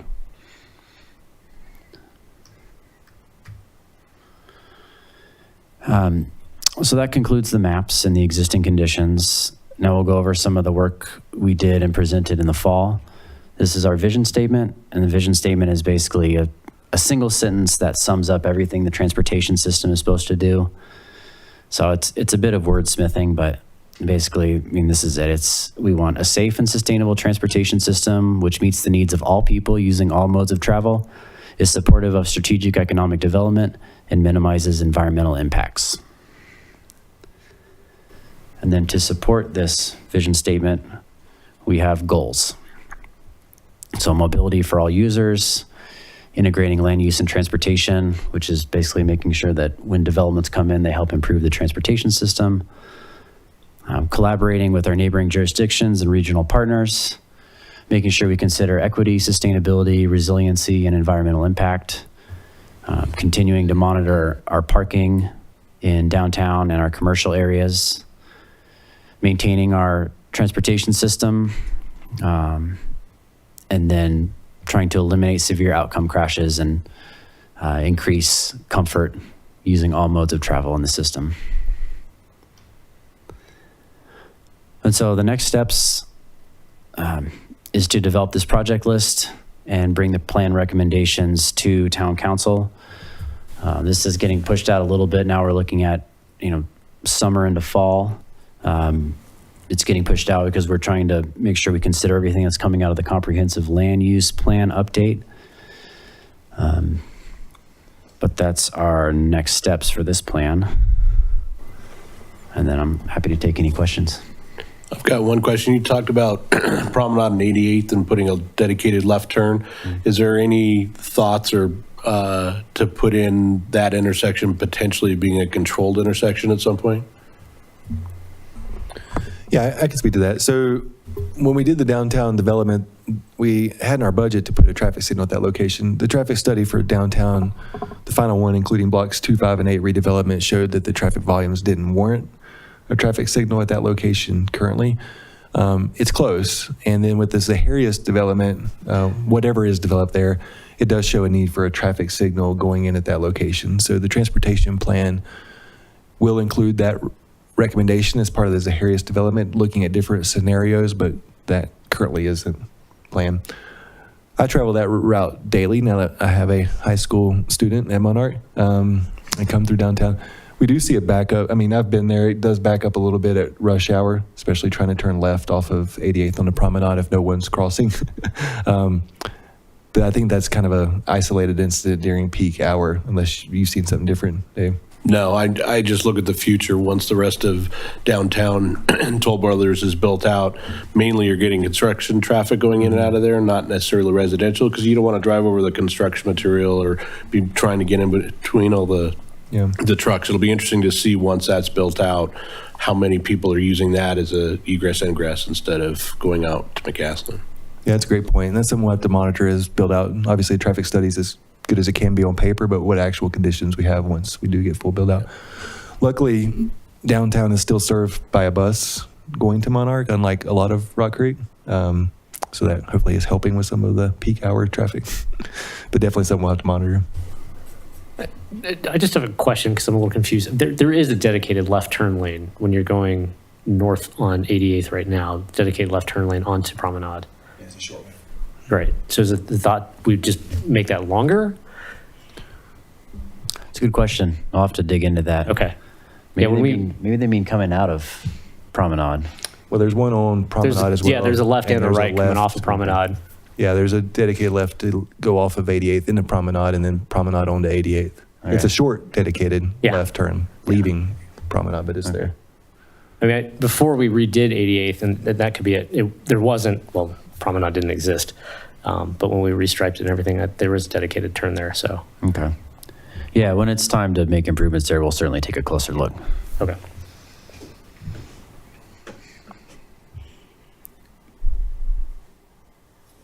If you don't mind going to the podium just so folks can hear.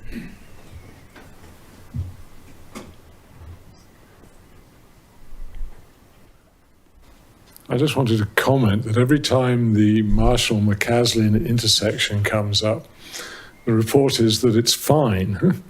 But if you drive through there on a sort of Saturday or Sunday afternoon, it certainly doesn't seem fine. So there seems to be some mismatch between what the studies are showing and at least what I personally am experiencing when I try and drive through it. I mean, I avoid it at those times. Yeah, that's a good point. So we do have a project that was just EDA grant funded to add a additional left turn lane at Marshall-McCaslin. So that was something that the traffic study for downtown called for. So we have a kickoff meeting with the EDA and CDOT on that project in April, and we'll be starting design for that improvement. But that'll basically add 3 dedicated left turn lanes and then a through lane and then a right lane, whereas currently we have 2 dedicated lefts and a through left. So we will be increasing the capacity of that intersection with that change. We do see some peak hour backups. I mean, during peak hour, there are times when you have to sit through 2 cycles. I would say it's rare, but it definitely happens. The other part of this project will be modifying some of the pedestrian crossings, because currently if anyone crosses the north side of that intersection, crossing McCaslin, that drastically shortens the left turn. For a couple cycles, we'll see a backup. So we're actually looking to get rid of that pedestrian crossing on the north side of the intersection and just have it on the south side to improve the traffic signal functionality.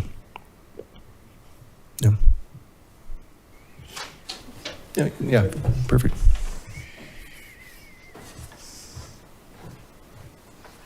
I guess kind of along the same lines as David's comment on that interchange, kind of my same experience. It seems like, I don't know if I've got trapped having to wait through 2 signals, but it's awfully close sometimes. And as part of the development down in there, or we're wondering what will happen. The marketplace, I think before in our proposals, it's about 500 more homes in that infill there. And on 76th Street, I did a crude calc, we could have as many as 400 more homes there. So 900 more homes in that area. And it seems like, I don't know, that's David's impression, that particular intersection seems kind of stressed already. I mean, when you went through this, Alex, I assume you had some estimates of number of homes and people. So I was curious if it was close to that. And then the other question related to this is the Northwest Parkway study had rearranging of the streets around the marketplace. I was just wondering if that's been considered at all, or may, again, I guess with the collusion, if the intersection's okay, maybe we don't need to do that. Yeah, well, part of the difference is that with the homes, it's a different type of traffic. So when residents are leaving and going to work, it's generally at different times than the shopping center traffic. So the projections are showing that the traffic from the new homes would be more dispersed and not have as much of an impact. It's not going to be more people all at the same time. And I don't have the exact numbers, but it wasn't a whole lot of trips. It was a few hundred trips, extra trips generated, but then those were shown as being dispersed across your off-peak and your peak times. Yeah. I'm just curious, though. I mean, as you said before earlier, if you live in Superior, you don't work there, so they're all like maybe 900 cars going out to work between like 7 and 9 in the morning, and it wasn't enough. It didn't overload the intersection. Right, because in the morning right now, there's a lot less of a load on that corridor. And there's things we can do with the timing, right now. Marshall McCaslin is coordinated with the interchange. Those 3 go at the same time, and we have a certain cycle length for that. If we're seeing surges at certain times, we can adjust those timings to try and make it more responsive. But it is a balancing act, that corridor. You take a few seconds here, and then you have backups over here. But that's what the projections are showing. Okay. And I think you said no consideration of rerouting or rearranging the streets around there, like was some of the concepts in the Northwest planning study. I've certainly seen them, and there have been a lot of talks over the years, and there's been a variety of alignments of Marshall Road from the beginning of the marketplace. I'm not sure how seriously any of those are being looked at. I mean, that would be major projects, and we have stormwater detention facilities and private property to deal with. So I'm not sure if that's being seriously looked at. I think we've just raised questions at Planning Commission, but yeah, no, haven't really heard if anyone's looking at them. Sure. Okay, thanks. Mm-hmm.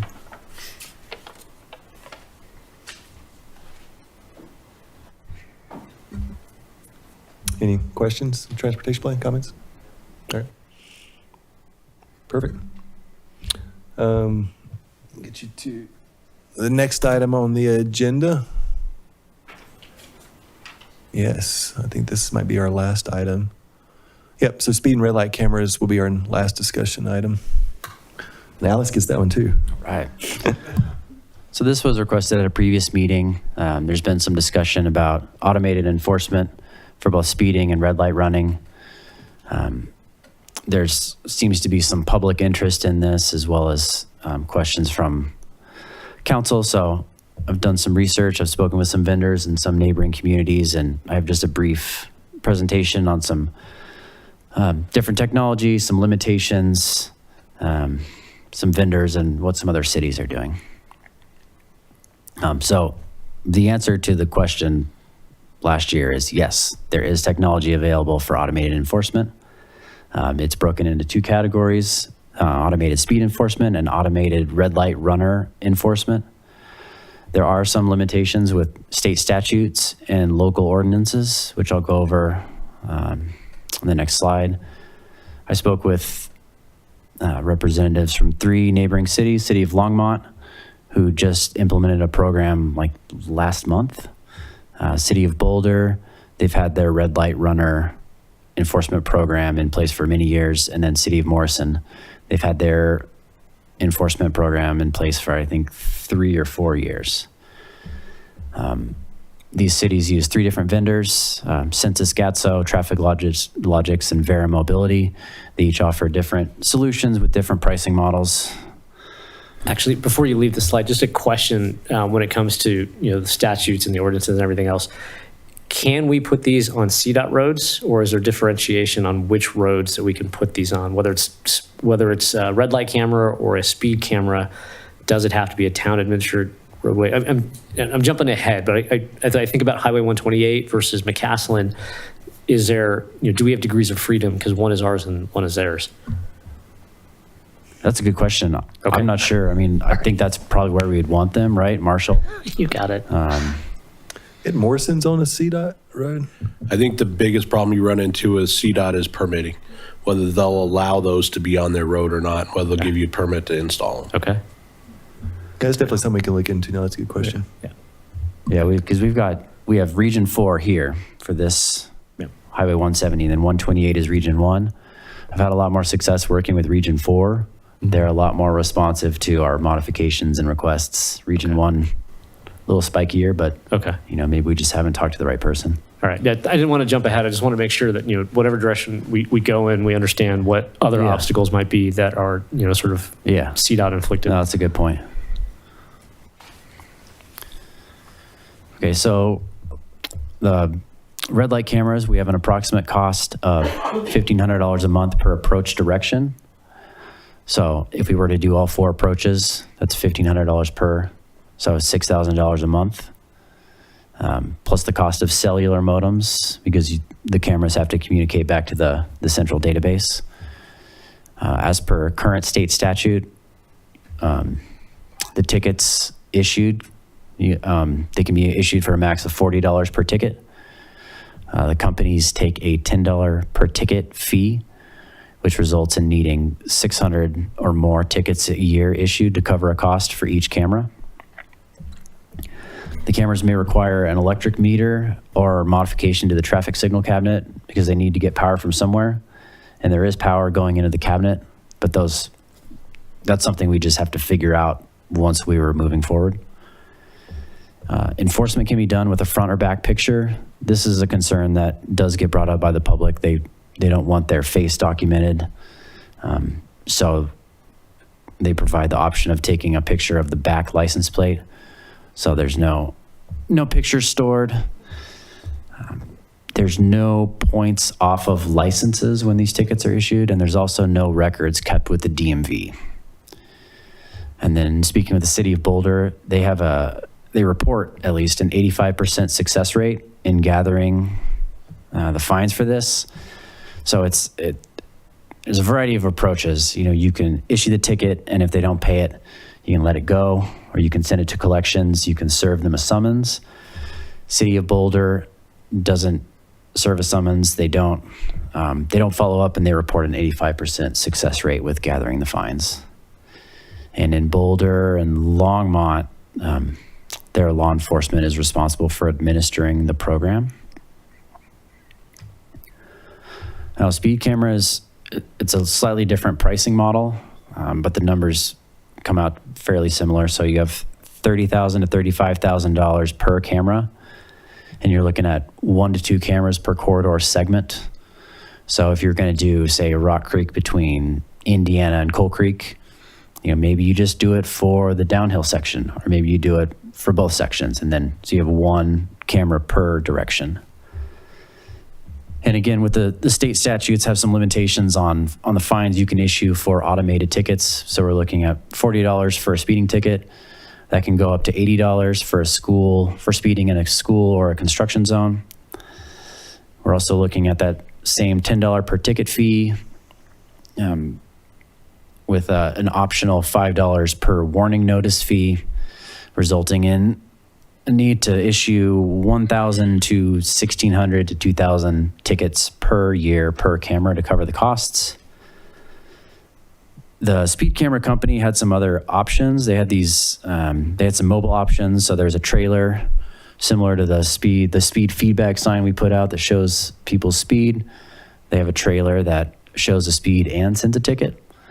And then they also have handheld speed monitoring devices that officers can use to send those same tickets.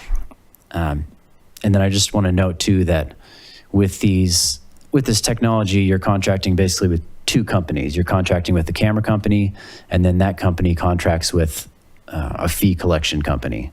So you'd be entering into an agreement with two separate entities to administer this program. Is there a similar, I know previously for the red light cameras, it was 85% success rate as far as getting the fees paid. Is that similar for the speed cameras, I would assume? These are less established. Okay. So the red light cameras have been around a lot longer. So I didn't get that number for the speed cameras. No worries. And then for the red light cameras, the 600 plus tickets a year, and obviously if there's 85% success rate and getting that back, it comes to about $710.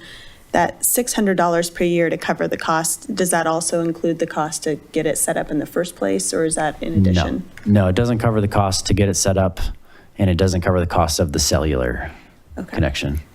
And then speaking with the other municipalities that are doing this, do they indicate for similar intersections to the ones that we would be looking at for something like this, like maybe Marshall and McCaslin, how many tickets they're getting per year, just so we can kind of back into whether or not we would get enough to really pay for this? No, but that would have been a good question to ask. Yeah, I can No find worries. out. Yeah. Thank you. From personal experience at Marshall McCaslin, we will recover that fee. In one day. The question is how fast? Yeah. Thank you. A quick question on the speed camera cost, because the pricing looks very different on the red light cameras. Looks like it's a monthly, and the other one, we pay that $30K and then we own the cameras and then we perpetually contract out to somebody managing the tickets. It's a one-time purchase of the cameras. Yeah. All right, and then we're basically effectively subcontracting out the management of the administration. Okay. All right, so I got it. Thanks. And just another thing to note is there's always unintended consequences for these. So with red light cameras, you can reduce your rear end crashes. No, sorry. You reduce some of your T-bone crashes, but you can get an increase in rear end crashes. And then speed cameras, you bring the speed down in that corridor, but then folks often want to make up that speed on either side of the corridor. And correct me if I'm wrong, because red light cameras, we've seen these before. There's a sign that says there's a red light camera ahead. The speed cameras are the same way, right? There's notification that has to be posted that there's a speed camera ahead. Yes. Okay. Yeah, so it's not a secret. We're not trying to collect money. You make it very obvious that this is an automated enforcement zone. Can we just put up the sign? Yes. I don't know. We could look into that.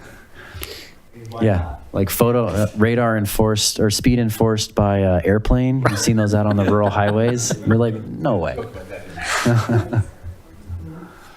Bowler uses they have the cameras set up in minivans basically, and they sort of move them around between Folsom and Glenwood, in places where they have 20 or 25 mile an hour speed limits. And I'm sure those must be quite successful because not many people drive 20 miles an hour in 20 mile an hour zone.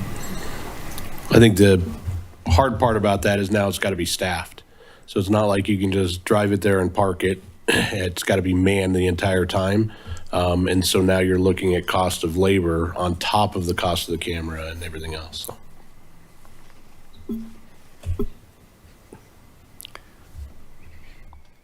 Any other questions or follow up about automated enforcement?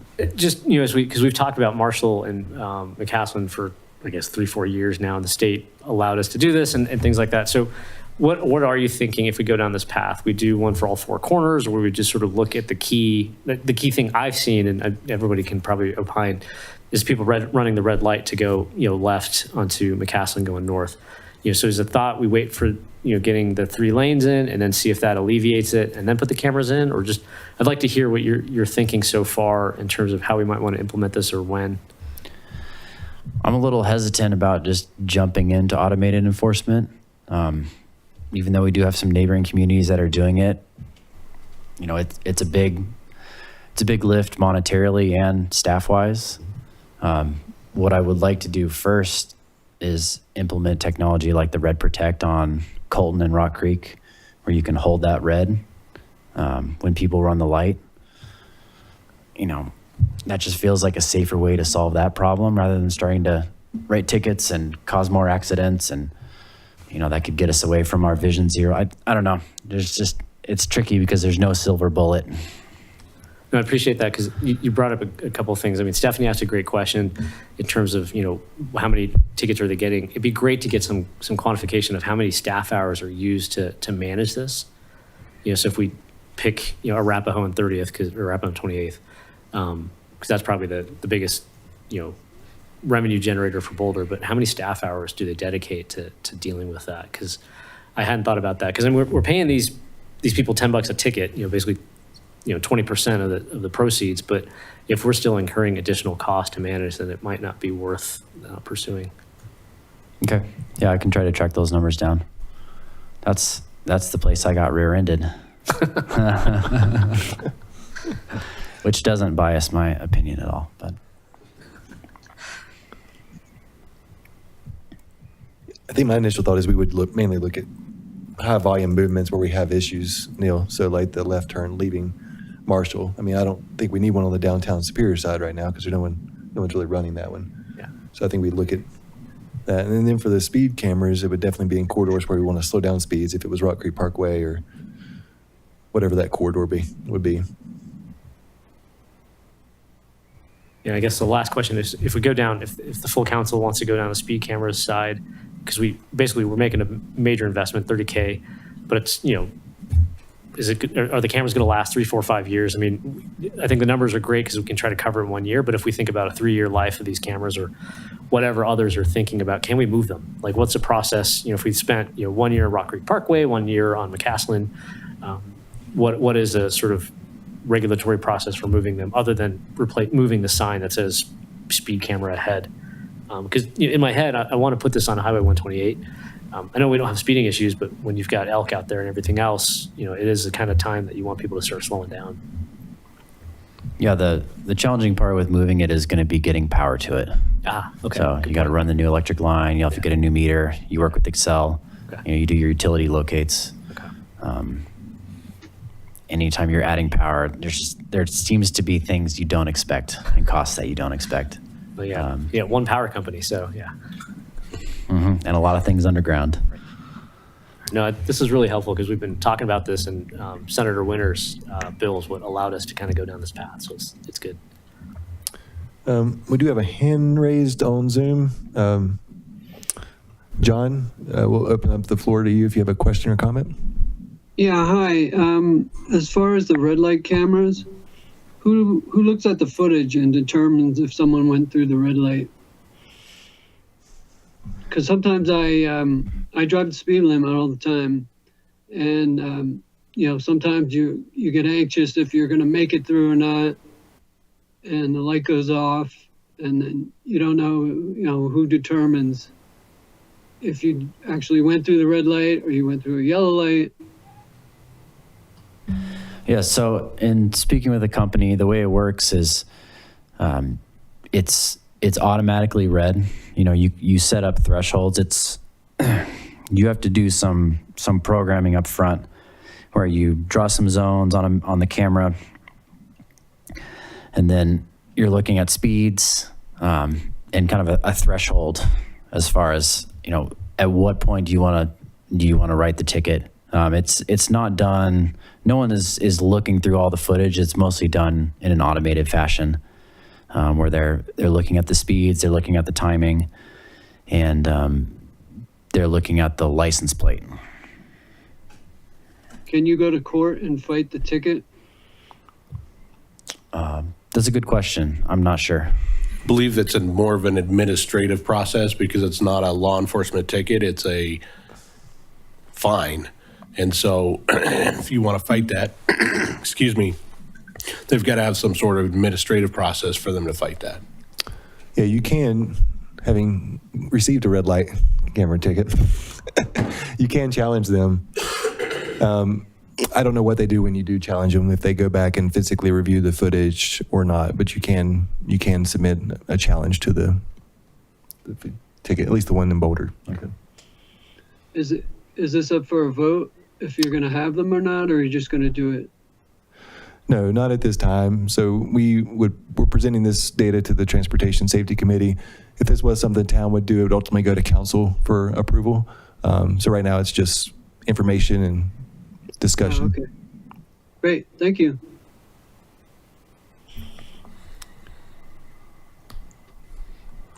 I'm not a big proponent to the speed cameras. I think that the other thing we want to make sure we consider is if we put a speed camera up, that takes away our ability to enforce speeds in that direct area, right? So that's definitely a concern, and not, I think with the newer technology and all that, let's let it ride out. Let's let some other people test this before we jump in and commit to $30,000, $60,000 to say, well, let's try this in an intersection. Red light camera, I can go either way. Those are very difficult, like we've talked about in the past, for us to enforce. We have to take two people off the street to be able to enforce one intersection, because you have to be able to see that the light turned red, and now you also have to be able to get to the car. Try to do that at Marshall McCaslin, right? You can barely make it through the intersection in one cycle light anyways. So that one I'm more a proponent to, that if the town council wanted to try something, I think I would be more in support of trying that ahead of any speed enforcement. Yeah, that to me too, because I know it's going to be a bit of a trade-off because you might get more rear ends. But when we were talking about the roundabout at, say, Coal Creek and Rock Creek Parkway, a side swipe is going to be less harmful to someone than a T-bone. So to me, getting rear-ended feels less harmful than a T-bone, especially at that intersection where maybe somebody's going pretty quick. I'd be inclined to defer law enforcement's opinion on this. Red light cameras, I've never been fond of them in Boulder. Every time going through Arapahoe and Canyon, it's just nerve-wracking. Because like you said, you don't know if the guy ahead of you is not going to stop or go, or even when you're going and turning, am I through the intersection quickly enough? And then you tend to speed up and tailgate the guy ahead of you just to make sure you're clear. Speed cameras, I'm not really sure how I feel on that. But one thing I can say about the Marshall-McCaslin intersection, when you're going northbound on McCaslin and you hit that red light, and I see this every single time I use it, someone always runs going, and everybody waits. Everybody sits because everybody's used to it now. It's almost like, okay, there's gonna be 3 or 4 cars that are gonna blow through that light, and we're just gonna wait till they go, and then people are gonna go forward. So that's kind of like the part of like learned behavior. People are afraid of that intersection because they know behavior is gonna be, there's gonna be 3 or 4 running it. So I'd be less inclined to want to see a red light camera there. But I'd like to hear if this does come to the council, Neil, I'd like to get your input on this too, everybody on the council, to see what they think about it. But I'm not in any hurry to go automated on this. I'd rather law enforcement handle it still. We've been talking about these, for a long time. The red light cameras, obviously our previous sheriff was not a fan of the red light cameras here, so we sort of deferred to them. And then our current sheriff, CJ, he's okay with it. So, we've had nothing but complaints about this intersection for 15 years. Adding the third lane, I think, is going to alleviate it. But, I think what traffic studies have historically shown is you will use up all the lanes and you'll be back to where you were before. So, we'll fill up all the lanes and we'll still have the same number of cars crossing, because they get frustrated waiting. And I think we'll just be, having this discussion a year from now. So I am definitely in favor of moving forward with looking at red light cameras at Marshall and McCaslin. I think we've talked about this enough. The state's given us the latitude to do this. Speed cameras, I agree with everything that's been said here. I don't want to be a first mover on this. I want to see what Boulder and Longmont do and see how it works out. On the red light cameras, though, like you said, Jason, Boulder's been doing this for years. They're starting to, there's a lot more cities that are doing this too. They do work, kind of where I work, the big intersection, Yosemite and Arapahoe. It's a massive intersection. The red light cameras have helped immeasurably. That, it's two different jurisdictions. One side's Centennial, the other side's Greenwood Village. It's Arapahoe County, so multiple heads, and the cameras really work in terms of trying to help figure out, who broke the law. And I think that they do work. I haven't actually seen any rear ends, but I've seen a lot of people going a lot slower through the intersection, so they're not trying to race it. But again, I'm optimistic that the third lane will help. I just don't know that we'll be in any different place than where we are right now. Is the technology good enough now to where if you get all 3 left turn lanes running at the same time, is it going to capture all 3? Great question. Or do you have to have 3 cameras up at one intersection, one for each lane? So, Because that's a common occurrence, right? So everybody will know, don't go in the far right lane, because you can run the light in the number 1 or number 2 lane. Just don't go in the number 3 lane, because that's the person that gets the ticket. so the vendors will tell you, yes, of course their technology will do it. I mean, they say 1 camera for 1 approach. So they can do the lefts, they can do the throughs, they can do the rights, they can do everything coming in one direction. Whether or not that plays out in practice, that's something we'd have to check with our neighboring cities on. Are any of the camera companies willing to do a trial period? Yes. Okay, so then you could do a trial period for 3 months, 6 months, see if it works. If it increases accidents and it does all the things we're concerned with, then we can say we pull it and we don't have a large yearly commitment. We would still have to pay for install, figure out electric, and get the cellular modem going. So I'm not sure what that cost would be. That does sound, I'm guessing that cost is probably like $5-10K, which case, we've at least not locked ourselves into something. Yeah. That'd be my guess too. Yeah. No, I think the opportunity to reverse it and not be upside down on costs is a great idea. Because Boulder has these, and the risk, and I think David, you brought this up. Our economic engine is around the corner over here, and the last thing we want to do is get on everyone's bad side about giving everybody a bunch of tickets to go here. So, we just got to be careful.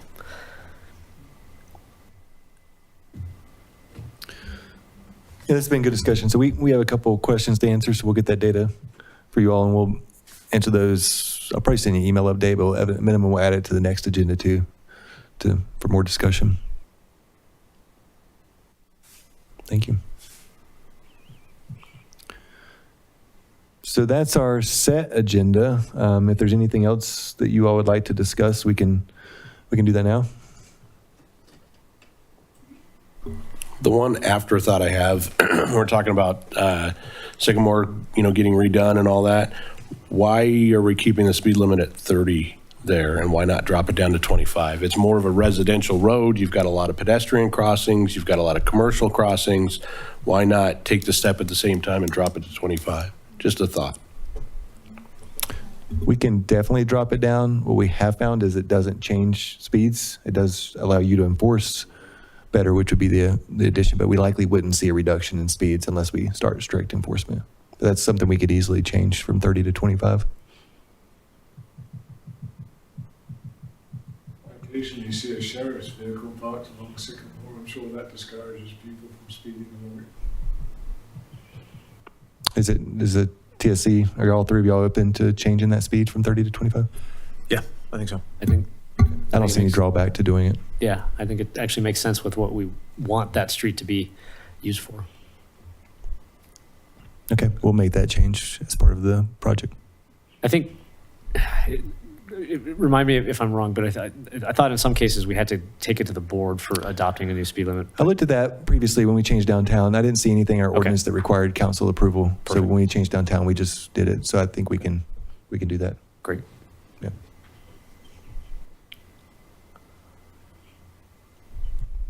Perfect. Great. All right, if nothing else, we'll adjourn tonight's meeting. Thank you all. Awesome. Thank you. Great. Well done, Brandon.